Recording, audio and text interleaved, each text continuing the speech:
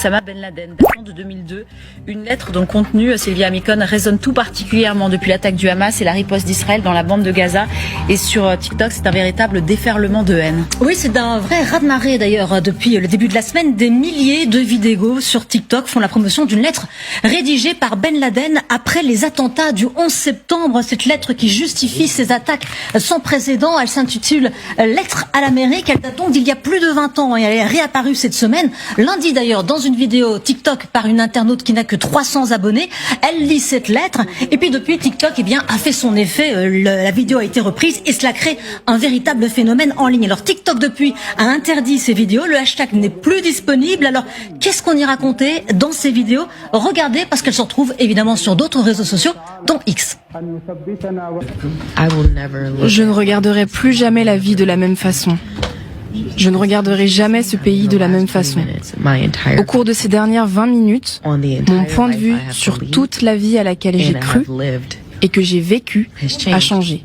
En lisant la lettre, je n'ai pu que penser à ce tweet que j'ai vu l'autre jour. Dans le cadre du colonialisme de peuplement, toute forme de résistance est qualifiée de terroriste parce que la seule violence acceptable est la violence de l'occupant. En lisant cette lettre, il devient évident pour moi que les actions du 11 septembre et les actes commis contre les États-Unis et son peuple étaient dus à l'accumulation des erreurs de notre gouvernement à l'encontre d'autres nations.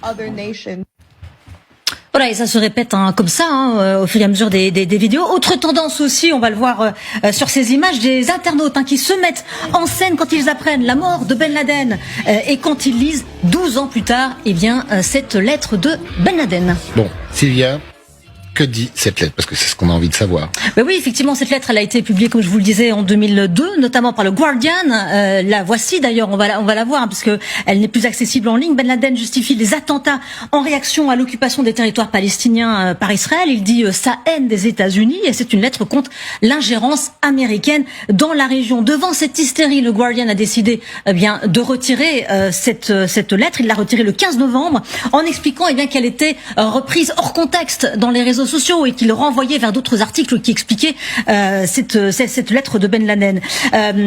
Des jeunes en fait qui découvrent aujourd'hui cette lettre, des jeunes sur TikTok de tous horizons, surtout des femmes qui expliquent donc qu'ils sont en train de réévaluer leur point de vue sur certains actes terroristes.